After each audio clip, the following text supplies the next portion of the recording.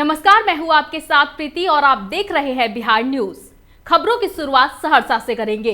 People's power के राष्ट्रीय संरक्षक गौतम कृष्ण ने अपने कार्यालय पर प्रेस कॉन्फ्रेंस कर महिषी विधानसभा चुनाव को लेकर चर्चा किया।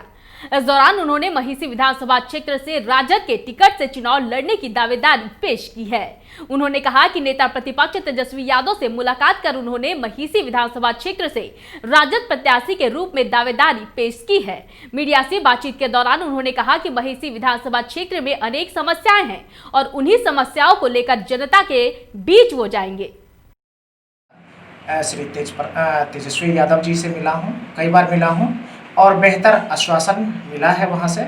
और मैंने अपनी दावेदारी इस आधार पे भी दिया है कि पिछला विधानसभा चुनाव लड़ा था और 25-26 हज़ार का जो मुझे वोट मिला, आशीर्वाद मिला इस क्षेत्र से, और जो जनताओं की एक आवो हवा है, इन चीज़ों को देखने पर मैंने वहाँ अपना दावा रखा है। हम चूँकि माननीय पूर्व विधायक और पूर्व मंत्री गफूर साहब जी अब रहे नहीं, तो इसलिए मैंने अपना दावा वहाँ क्षेत्र का भ्रमण कर रहे हैं। किस तरह से क्या क्या लोगों की समस्या आज सामने आ रही है, क्या क्या? महिषी विधानसभा क्षेत्र कंप्लीट रूप से दो भाग में बटा हुआ है। कोसी बांध के अंदर जो लगभग 14 और 15 पंचायत है, वहाँ की समस्या जनजीवन अस्त व्यस्त है। वहाँ की समस्याएं जो है जनजीवन को सुधारने की है, शिक्षा, स्वास्थ्य और इंफ्रास्ट्रक्चर, रोड, इन चीज़ों को लेकर के है। और जो बाहर महिषी विधानसभा की जो बाहर के क्षेत्र हैं, उनकी समस्या अलग है। और यहाँ आज एम्स बनने वाली बात थी, लेकिन आज वो भी हमसे दूर होता जा रहा है। मत्स्यगंधा झील की बात थी, वो भी अब अधर में लटका हुआ है। उसके बाद सत्तरकटिया प्रखंड भवन निर्माण आज 30 साल से भवन विहीन है, वो बात है। रेफरल हॉस्पिटल चंद्रायन नौहट्टा की आज 2500 साल से वह वैसे पड़ा हुआ है, बंद पड़ा हुआ है। कंदहा सूर्य मंदिर आज भी वह उपेक्षित पड़ा हुआ है, जबकि विश्व का सबसे पुराना मंदिर में से आता है, जहां पर्यटन की बेहतर संभावनाएं थी। सीपेज के पानी से लोग वहाँ परेशान हैं, अंदर में बाढ़ के पानी से परेशान है। तो इस तरह की चीज़ों को लेकर के प्रशासनिक भ्रष्टाचार चरम पे है, चाहे वो ब्लॉक हो, थाना हो, बिचौलियों का भरमार है। आम आदमी परेशान है। हॉस्पिटल में जहां एक भी दवा, मतलब बुखार लगे तब भी एक दवा नहीं मिले, तो ऐसी।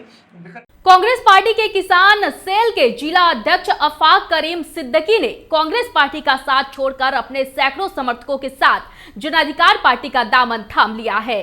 वहीं पप्पू यादव ने माला पहनाकर अफाक करीम सिद्दीकी सहित अन्य लोगों का स्वागत किया और इसके साथ ही पार्टी की सदस्यता भी दिलाई। मौके पर अफाक करीम सिद्दीकी ने कहा कि कई सालों से वो कांग्रेस पार्टी की सेवा करते आ रहे हैं और पप्पू यादव के साथ मिलकर अररिया जिले के जोकीहाट इलाके का विकास करेंगे। ये आज हमारे एक खुशी का दिन है। हमने तकरीबन जो है कई सालों से कांग्रेस पार्टी के किसान सेल का ज़िला अध्यक्ष रहा और हमने बहुत ईमानदारी के साथ काम को अंजाम दिया। हमें कांग्रेस पार्टी से ऐसी कोई शिकवा शिकायत नहीं है। मैं जाप पार्टी को ज्वाइन इसलिए किया हूँ कि इस लॉकडाउन के अंदर में हमने देखा कि पूरे बिहार नहीं बल्कि पूरे भारत में अगर किसी व्यक्ति ने या किसी बड़े नेता ने लोगों के साथ जो खिदमत किया है, वो राजेश रंजन उर्फ पप्पू यादव साहब, जो जन अधिकार पार्टी के सुप्रीमो और कौमी सदर है।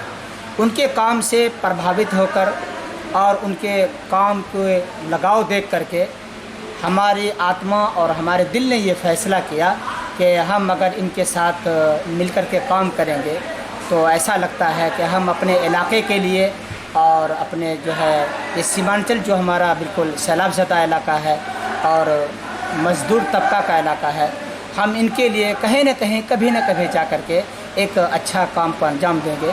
इस मानकर मैंने पप्पू यादव साहब के पार्टी को मैंने ज्वाइन किया और कांग्रेस पार्टी को मैंने छोड़ा। ये बताइए, कहा ये भी जा रहा है इस्माइलपुर के लिए बिन टोली बांध पर इस बार हो रहे लगभग 40 करोड़ रुपए की लागत से कटाव रोधी कार्य को जल संसाधन विभाग के एसी इंजीनियर मोहम्मद जफर रजा खां, फ्लड फाइटिंग के अध्यक्ष गिरिजानंद सिंह ने संख्या 6 की नोच में आई दरार को देखा।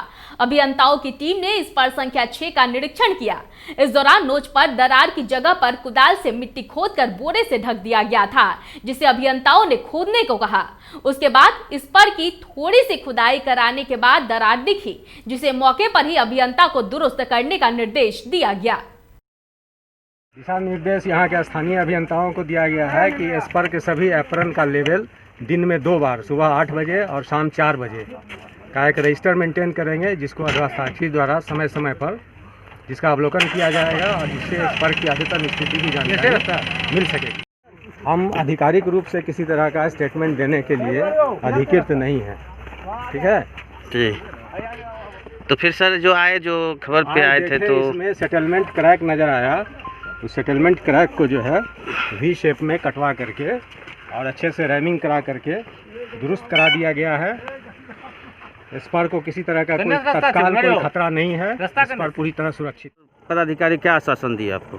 जो कल मीडिया के द्वारा जो हमने देखा था कि फिर हम अपने से भी आके देखा, मीडिया के रिपोर्ट पर आके देखा, तो सही में जो है इस पर जो है क्रैक था।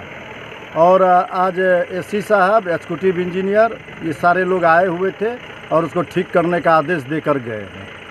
तो यहाँ के पदाधिकारी जो है कि मीडिया को ही दोषित कर रहे थे। ये गलत है। क्या यहाँ पे सही पाया गया या नहीं पाया गया है जो चीज़ दिखाया गया था? मीडिया को ये लोग करने का काम कर रहा है, ये सरासर गलत है और इसका हम भर्त्सना करते हैं। आपका परिचय? नितेंद्र कुमार सिंह। दलसिंहसराय थाना क्षेत्र के ढेपुरा NH 28 पर एक अनियंत्रित ट्रक ने कार में जोरदार टक्कर मार दिया, जिससे ट्रक और कार दोनों NH 28 किनारे गड्ढे में जा गिरे। वही घटना के बाद ट्रक चालक फरार हो गया। टक्कर इतना जबरदस्त था कि कार के ऊपर ट्रक चढ़ गया। वह इस घटना में घायल हुए सभी लोगों को अस्पताल में भर्ती कराया गया। यहाँ पे क्या दुर्घटना हुई है? अरे तेघरा से शादी समारोह से ये लोग लौट रहे थे और ट्रक जो है सो पीछे से ही घसीटते हुए गड्ढा में ले गया। गड्ढा में ले जाने के बाद ट्रक जो है सो गाड़ी पर चढ़ा दिया है। इसमें कितने लोग घायल हुए हैं? 6 लोग घायल हैं। ड्राइवर को भी चोट है। एक जेंट्स और एक लेडीज जो है सो सीरियस है। सर में चोट है, हाथ फ्रैक्चर है, जिनको बेगूसराय ग्लोबल हॉस्पिटल भेजा गया है अभी तुरंत। ये ट्रक धक्का मार दिया है? ट्रक ही मारा है। यहाँ पे क्या घटना घटी है? एक कार और ट्रक में टक्कर हो गई। कैसे हुआ था ये? किधर से आ रही थी कार? कार आ रही थी तेघरा की तरफ से। या ट्रक किधर से आ रहा था? ट्रक आ रहा था समस्तीपुर की तरफ से। तो ये कार जो इधर गड्ढा में गिरा हुआ है, तो इसमें आदमी लोग कैसे निकले हैं? हाँ, इसमें लेडीज लोग थी और एक ड्राइवर था कार का। तो आप कैसे पता चला कि एक्सीडेंट हुआ? जैसे एक्सीडेंट हुआ ना तो हम लोग दौड़ के आए, देखे इसमें आदमी है, सब चिल्ला रहा है, करा रहा है। तो इस सबको जो है से 2-4 आदमी के मदद से निकाले हम लोग नीचा से। क्या नाम हो गया आपका? अशोक। वेतन विसंगति को दूर करने की मांग को लेकर पिछले 29 जून से RBSK फार्मासिस्ट RNM संघ के सदस्य अनिश्चितकालीन हड़ताल पर हैं। इसके पूर्व अखिल भारतीय फार्मासिस्ट एसोसिएशन के सदस्यों ने स्वास्थ्य विभाग के प्रधान सचिव से लेकर सिविल सर्जन तक को पत्र लिखकर होम क्वारंटीन पर चले गए थे। होम क्वारंटीन में रहने के बाद भी इनकी मांगों को नहीं माना गया तो ये हड़ताल पर चले गए। किन मांगों को लेकर आज प्रदर्शन कर रहे हैं आप लोग? हम लोग RBS के फार्मासिस्ट और ANM आज यहाँ जमा हुए हैं। एक्चुअली पिछले 14 दिनों से हम लोग होम क्वारंटाइन में थे वेतन विसंगति को लेकर। चूँकि हम लोग एक कार्यक्रम के तहत काम करते हैं RBS के में जब बहाली हुई थी आयुष चिकित्सक, फार्मासिस्ट और ANM का था, लेकिन इस महामारी के दौरान सरकार ने आयुष चिकित्सक का वेतन दुगना कर दिया। 20,000 था उसको 44,000 कर दिया। फार्मासिस्ट का वेतन जो 12,000 था वो 12,000 है। ANM का वेतन जो 11,500 है 11,500 है। तो इस महामारी के दौरान उसी एक सदस्य का वेतन बढ़ा दिया जाता है, मनोबल बढ़ा दिया जाता है। 2 सदस्य के वेतन को कोई परिवर्तन, किसी तरह की वृद्धि नहीं, मनोबल गिरा दिया जाता है। हम लोगों का भी मांग है सरकार से कि हम लोग फार्मासिस्ट के लिए सरकार ने एक तय किया है कि जो कॉन्ट्रैक्ट पे फार्मासिस्ट हैं उनको 37,000 रुपये दिया जाएगा। हम भी फार्मासिस्ट हैं, वो सारा काम करते हैं, हमें भी 37,000 दिया जाएगा। ANM के लिए सरकार ने तय किया कि अनुबंध के आधार पर जो भी ANM आएंगी, ज्वाइन करेंगे, उनको 27,300 रुपये दिया जाएगा। लेकिन आज के समय में हम लोग 5 साल से ANM काम कर रही है 11,500 पर, उन्हें भी 27,300 मिलना चाहिए। फार्मासिस्ट 5 साल से काम करें 12,000 पर, उन्हें भी 37,000 रुपये मिलना चाहिए। तो हम लोग का मान है वेतन विसंगति, मानदेय विसंगति। हम लोग RBS से हैं। हमारी बहाली लिखित परीक्षा के आधार पर 2015 में हुई थी। जिसमें 2 डॉक्टर आयुष डॉक्टर थे 2 और एक फार्मासिस्ट और एक एएनएम। जब हमारी बहाली हुई तो एक आयुष डॉक्टर के मानदेय 20,000 रुपये थी और एक फार्मासिस्ट का 12,000 और एएनएम का 11,500। लेकिन दिसंबर 2018 से एक आयुष चिकित्सक का मानदेय एक एमबीबीएस के बराबर कर दिया गया। तो एक आयुष से वो एमबीबीएस के बराबर हो गए उसी टीम से, जबकि हम लोग कहीं भी काम करते हैं पूरे टीम एक साथ काम करते हैं, चाहे वो मेले में हो, मेले से अलग हो, हॉस्पिटल हो या कहीं भी हो, बाढ़ हो, महामारी हो, सुखाड़ हो, कहीं भी जाते हैं पूरे टीम एक साथ काम करते हैं। फिर ऐसा क्यों किया गया कि उस टीम के एक जो आयुष डॉक्टर थे उनका मानदेय 20,000 से बढ़ाकर 44,000 कर दिया गया और एक फार्मासिस्ट और एएनएम को वैसे ही छोड़ दिया गया। तो सरकार से हम गुजारिश करते हैं कि जिस तरह से आप दिसंबर 2018 से उनका मानदेय 20,000 से बढ़ाकर 44,000 कर दिए गए हैं, ठीक उसी तरह जब आप हमारे मानदेय को कॉन्ट्रैक्ट लेवल पे तय कर चुके हैं, एक एएनएम का 27,300 रुपया और एक फार्मासिस्ट का 37,000 रुपया, फिर हमारे मानदेय क्यों नहीं मिल रही है? और ये हमारा सरकार से गुजारिश है कि जिस तरह से 2018 दिसंबर से उनका मानदेय बढ़ाया गया है 20,000 से बढ़ाकर 44,000 कर दिया गया, ठीक हमारा भी 2018 दिसंबर से मानदेय जो हमारा तय किया है 50,300 रुपया वो मानदेय दीजिए। हमारे फार्मासिस्ट भाई का जो 35,000 रुपया मानदेय है वो मानदेय। क्या नाम है आपका? हम गिरियक से प्रभा कुमारी है। मसौढ़ी के सम्राट अशोक कन्वेंशनल हॉल में पंचायत समिति की सामान्य बैठक आयोजित की गई। बैठक में मुख्य रूप से पाटलिपुत्र सांसद रामकृपाल यादव, प्रखंड विकास पदाधिकारी पंकज कुमार, अंचलाधिकारी योगेंद्र कुमार, प्रखंड प्रमुख रमाकांत रंजन किशोर मौजूद रहे। बैठक में पूर्व पारित प्रस्ताव की समीक्षा एवं संपुष्टि, 15वीं वित्त आयोग से योजनाएं पारित करने के संबंध में पंचायत समिति की मनरेगा की योजनाओं को पारित करने सहित कई बिंदुओं पर विचार विमर्श किया गया।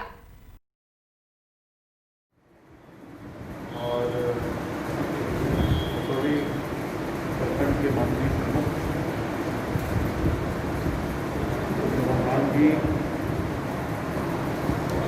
प्रमुख जी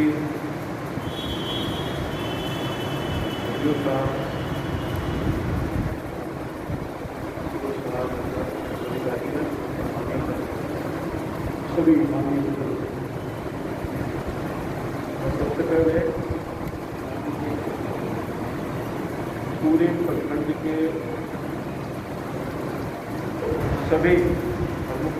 सभी लोगों को आभार व्यक्त करना चाहते हैं और शुक्रिया व्यक्त करना चाहते हैं और बधाई देना चाहते हैं, जिनके अथक प्रयास पूरा प्रखंड का, चाहे जनप्रतिनिधि आप हो या मुख्यमंत्री हो, मुख्यमंत्री हो, सारे बड़े अधिकारीगण हों, सब लोगों के अथक प्रयास से पंचायती राज विभाग ने पटना जिला के मसौढ़ी को पंडित दीनदयाल उपाध्याय पुरस्कार से पुरस्कृत करने का काम किया। हम पुनः आप सब लोगों को बधाई शुभकामना देना चाहते हैं और मुझे ऐसा लगता है कि आप अपने दायित्वों का निर्वहन बाखूबी करने का काम करें और यही कारण है कि आज पुरस्कार मिला। मुझे भरोसा है कि आगे भी इसी तरह से, जिस तरह से आप सब लोगों ने मेहनत करके, हमारे खासतौर पर अधिकारीगण मेहनत करके आप सब लोगों के सहयोग से ये पुरस्कार दिया है, आगे भी इसी तरह का परफॉर्मेंस करके आप आगे अवसर जनता की सेवा भाव से जो सरकार की योजना है उसे जमीन पर लागू करने का सदस्य, हमारे सभी अंचल अधिकारी और बाल विकास पदाधिकारी प्रमुख महोदय और एवं सभी पदाधिकारी का स्वागत करता हूँ। आज की मीटिंग बहुत महत्वपूर्ण है। 2-3 बातें हैं जो कि हम लोग करना चाहेंगे।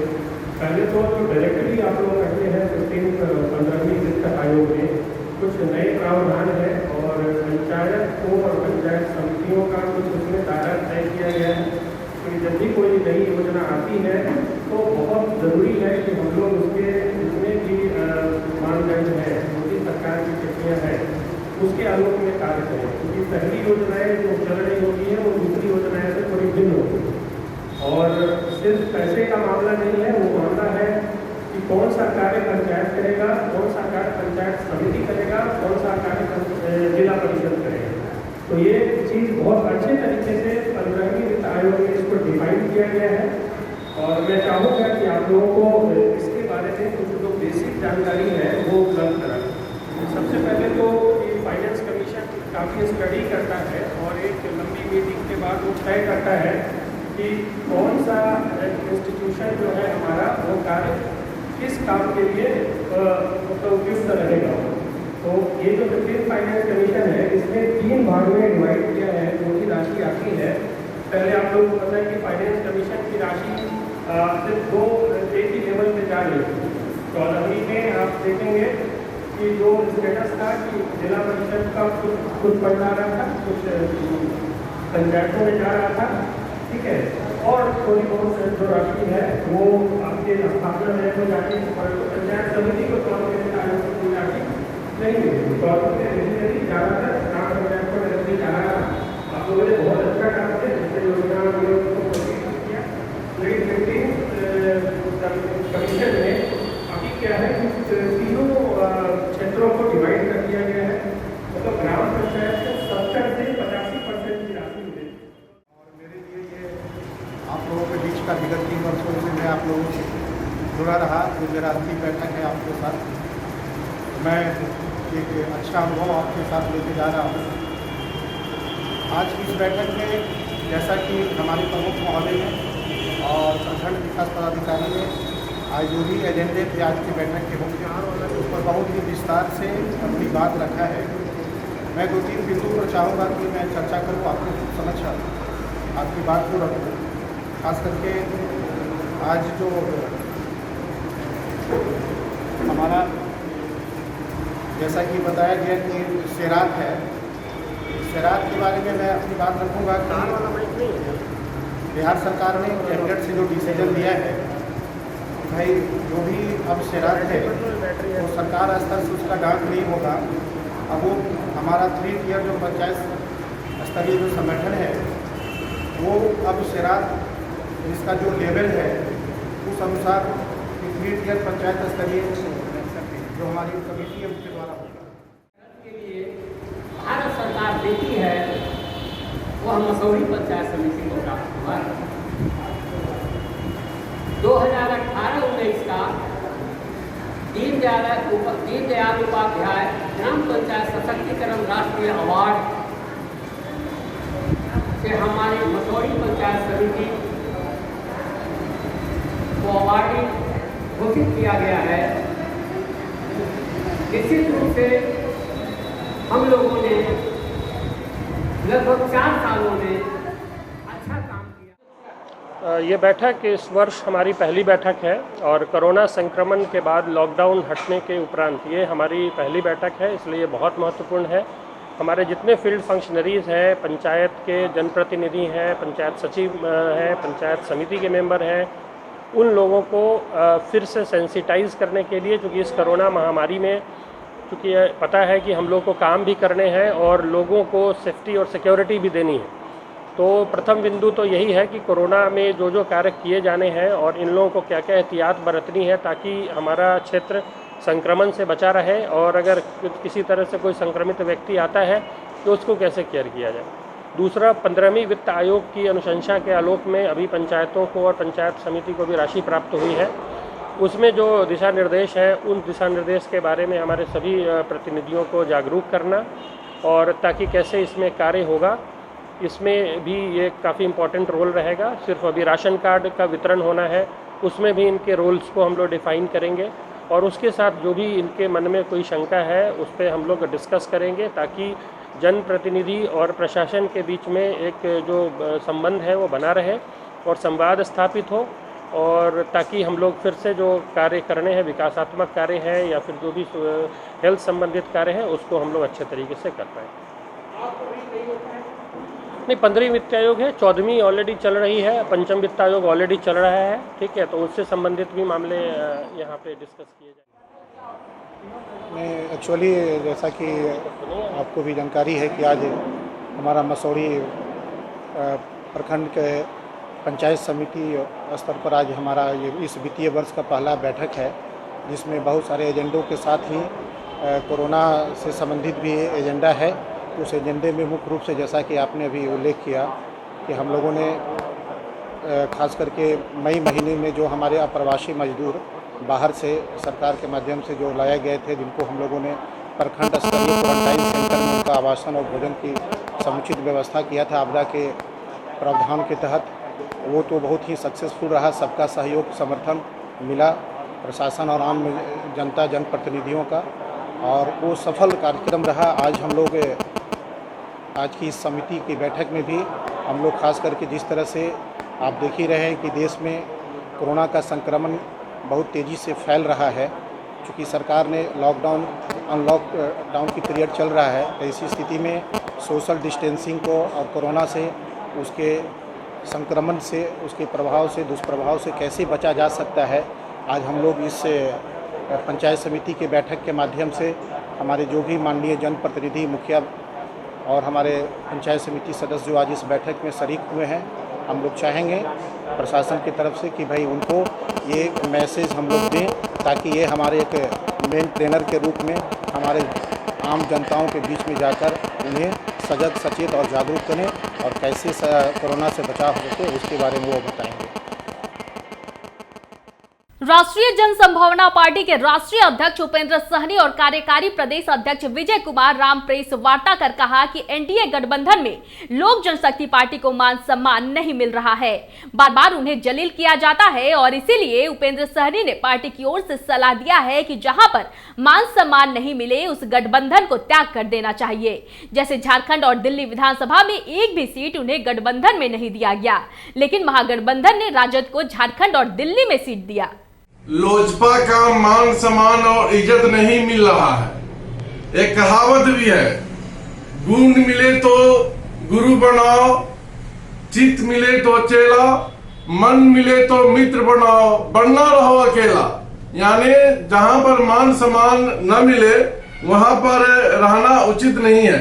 इसलिए लोजपा के सुप्रीमो चिराग पासवान से आग्रह करते हैं कि हम की बार आने वाले विधानसभा में दूसरे गठबंधन से जाए या अकेले चुनाव लड़े, तभी आपका मान सम्मान और इज्जत मिलेगा और एनडीए को भी सीख मिलेगा कि हमारे नहीं रहने पर आपका हश्र क्या होता है। चीन निर्मित सामानों के बहिष्कार करने को लेकर जदयू कार्यकर्ता भी सड़क पर उतरे। सासाराम के पोस्ट ऑफिस चौराहे पर जदयू कार्यकर्ताओं ने चीन के खिलाफ नारेबाजी की और गलवान में शहीद हुए जवानों के प्रति श्रद्धांजलि भी अर्पित की। जदयू कार्यकर्ताओं ने आह्वान किया कि वे लोग चीन निर्मित सामानों का बहिष्कार करें, तभी चीन को सबक सिखाया जा सकता है। हम लोगों ने जो गलवान में हमारे वीर जवान जो शहीद हुए हैं उनके श्रद्धांजलि देते हुए और चीन के सामान को बहिष्कार कर रहे हैं, और हम लोग चीन में जितने भी सामान इंडिया में आ रहा है उस सबको बंद करने के लिए भारत सरकार से मांग करते हैं, बहिष्कार करते हैं हम लोग।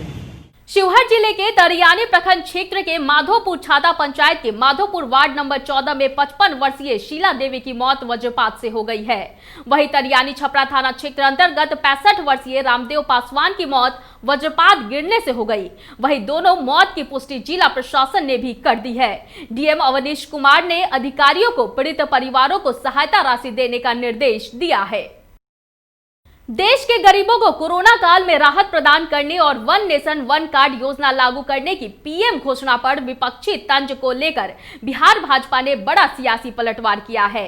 पार्टी के प्रदेश प्रवक्ता डॉक्टर रामसागर सिंह ने मोकामा में मीडिया से बातचीत करते हुए कहा कि देश के प्रधानमंत्री नरेंद्र मोदी की सोच आपदा काल में गरीब कल्याण की है, लेकिन कांग्रेस के युवराज राहुल गांधी और उनके सियासी हमराही तेजस्वी यादव की सियासत बहती उल्टी गंगा की तरह है। नरेंद्र मोदी जी को मैं दो बातों के लिए बधाई देना चाहूँगा। एक तो है कि चाइना पर डिजिटल वार कर करके मोदी जी ने पूरे विश्व को एक नया रास्ता दिखाया है कि कैसे चाइना को सबक सिखाया जा सकता है। 59 चाइनीज़ ऐप्स पर बैन लगा कर करके, और दूसरे इनकी सबसे बड़ी घोषणा जो हुई है, 1 नेशन 1 राशन कार्ड। अगर और पहले ये 1 नेशन 1 राशन कार्ड हुआ होता, या आगे भी दूसरे आपदा में भी, केवल कोरोना आपदा में ही ये काम नहीं आएगा, बल्कि दूसरे आपदा काल में भी 1 नेशन 1 राशन कार्ड काम आएगा। क्योंकि कहीं पर भी जब राशन कार्ड बना रहेगा, वो व्यक्ति किसी जगह पर होगा तो वहाँ से वो राशन उठा करके अपने पेट को भरेगा।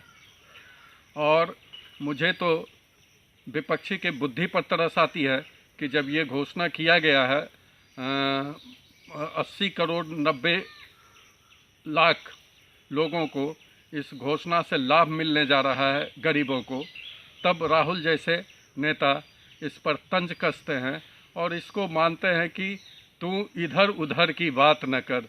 वाह रे राहुल, वाह रे राहुल, क्या युवराज तंज कसे हैं।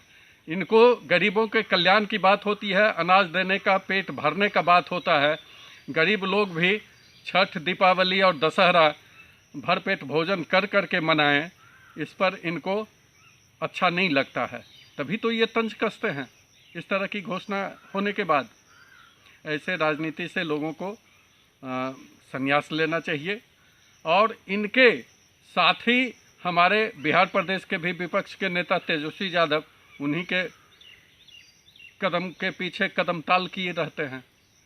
ये भी जहां बिहार में अच्छी स्वास्थ्य व्यवस्था है, संक्रमण दर कम है, मृत्यु दर कम है, इतनी अच्छी स्वास्थ्य व्यवस्था है, तो उस स्वास्थ्य व्यवस्था पर भी तंज कसने का काम करते हैं। क्या लगता है तेजस्वी जी कि लोग अधिक मरे तब आपको आनंद आएगा? अधिक लोग संक्रमित हो तब आनंद आएगा? अरे सरकार के पास जो व्यवस्था है, डॉक्टर हर्षवर्धन जैसे लोग ऊपर बैठे हुए हैं जो देश के अंदर पोलियो को भगाए हैं देश से, तो इस कोरोना को भी भगाएंगे देश से, और उनका साथ दे रहे हैं। यहाँ के भी स्वास्थ्य मंत्री अच्छा काम कर रहे हैं, अच्छी स्वास्थ्य व्यवस्था है और आगे कोई दिक्कत नहीं आएगा। इन सारी बातों को लोग विपक्ष इस तरीके से ना देखें कि इसको, चूँकि अगर ये घोषणा वो कह रहे हैं कि ये चुनाव को देख करके किया जा रहा है, तो अगर चुनाव को देख करके किया जाता तो पूरे देश के लिए नहीं किया जाता। चुनाव तो केवल बिहार में है ना, पूरे देश में तो नहीं है, और इसका लाभ तो पूरे देश को मिलने जा रहा है। इसलिए हमारी पार्टी की सरकार है, हमारी पार्टी की सरकार गरीबों के कल्याण के लिए बनी है, गरीबों के रक्षा के लिए बनी है, गरीबों को आगे बढ़ाने के लिए, देश को आगे बढ़ाने के लिए, देश के दुश्मनों से संरक्षा देने के लिए इस तरह की सरकार बनी है। आइए आप लोग भी इस सरकार को साथ दीजिए। कोरोना से के लड़ाई में, कोरोना को भगाने में आप लोगों का भी सहयोग का ज़रूरत है। और मैं देशवासियों, प्रदेशवासियों से अपील करूंगा कि जब भी बाहर निकलें तो मास्क लगा करके निकलें, जब घर आएँ तो कपड़े को धो लें, हाथ को बराबर साबुन से साफ। गोपालगंज जिले के हथुआ थाना अंतर्गत बरवा कपरपुरा गांव में अपराधियों ने गिट्टी व्यवसायी नरेंद्र सिंह पर ताबड़तोड़ फायरिंग कर जानलेवा हमला किया, जिसमें वो बाल बाल बच गए। घटना के बारे में बताया जा रहा है कि कुछ दिन पहले ही कुख्यात विशाल सिंह ने उनसे 5 लाख रुपए की रंगदारी मांगी थी, जिसके लिए उन्होंने थाने में प्राथमिकी भी दर्ज कराई थी। वही घटना के बाद मौके पर पहुंची हथुआ थाने की पुलिस ने मौके से 4 खोखे भी बरामद किए हैं। गिट्टी व्यवसायी, ग्राम कपरपुरा, थाना हथुआ का निवासी हूँ। मेरा स्टोन चिप्स का रेक लगता है और पति है 6 महीना 7 महीना पहले 5 लाख रुपया रंगदारी विशाल सिंह हमसे मांगे थे, और हम जाकर के एसपी साहब को भी बताए, थाना में FIR भी किए हैं, और एसपी साहब बोले कि आप आर्म्स ले लीजिए। हमने थाना से लिखवा करके एसपी साहब के यहाँ दिया। एसपी साहब दूसरे दिन DM साहब के यहाँ भेज दिए, और DM साहब लाइसेंस नहीं दे रहे हैं। आज सुबह मैं अपने घर से दरवाजे पे बैठा हुआ था, 4 अपराधी आए ऐसे ही बाइक से और हमारे ऊपर गोली 4 फायर किए। हम बाल बाल बचे हैं, इसलिए हमारे जान का सुरक्षा का कोई इंतजाम सरकार करे। पुलिस क्या बोली है? पुलिस बोली है कि ठीक है, हम देख रहे हैं। आवेदन दे दिया आपने थाना पर? नहीं, अभी न आवेदन देने। मसौढ़ी में कोरोना ने एक बार पुनः दस्तक दे दिया है। बता दें कि मसौढ़ी के रहने वाले एक होटल व्यवसायी की मौत कोरोना से हो गई है। इस खबर की पुष्टि पीएससी प्रभारी डॉक्टर रामानुजम सिंह ने किया है। उन्होंने बताया कि उस व्यक्ति की अचानक तबीयत बिगड़ गई, जिसे बेहतर इलाज के लिए पटना के एनएमसीएच ले जाया गया, जहां वह कोरोना पॉजिटिव पाया गया, जिसके बाद उसकी मौत हो गई। क्या सूत्रों से पता चला है कि मसौढ़ी का एक होटल व्यवसायी जिसका नाम रामनी प्रसाद है, उसकी मृत्यु हो गई। सर, मृत्यु की वजह क्या? नहीं, आप सही बता रहे हैं। मृत्यु की वजह है अभी हम लोग को जो इन्फॉर्मेशन मिला है उसमें कोरोना पॉजिटिव आया है। एक्चुअली क्या है कि वो 27 का उसका तबीयत खराब हुआ था, तो 27 को यहाँ से रूबन हॉस्पिटल में गया, रूबन से फिर वहाँ एम्स में भी गया, वहाँ भी नहीं लिया, वहाँ से फिर ये लोग 28 को एनएमसीएच में सुबह में भर्ती हुआ है। और उसके बाद इसका 28 तारीख को ही शायद कलेक्शन हो गया था ब्लड जो नेजोफेरिंजियल स्वाब से लिया था उसका कोरोना का, वो कलेक्शन हो चुका था। और 1 तारीख को रिपोर्ट आया कि कोरोना पॉजिटिव है, और आज सुबह 6 बजे उसका पता चला है कि उसका देहांत हो गया।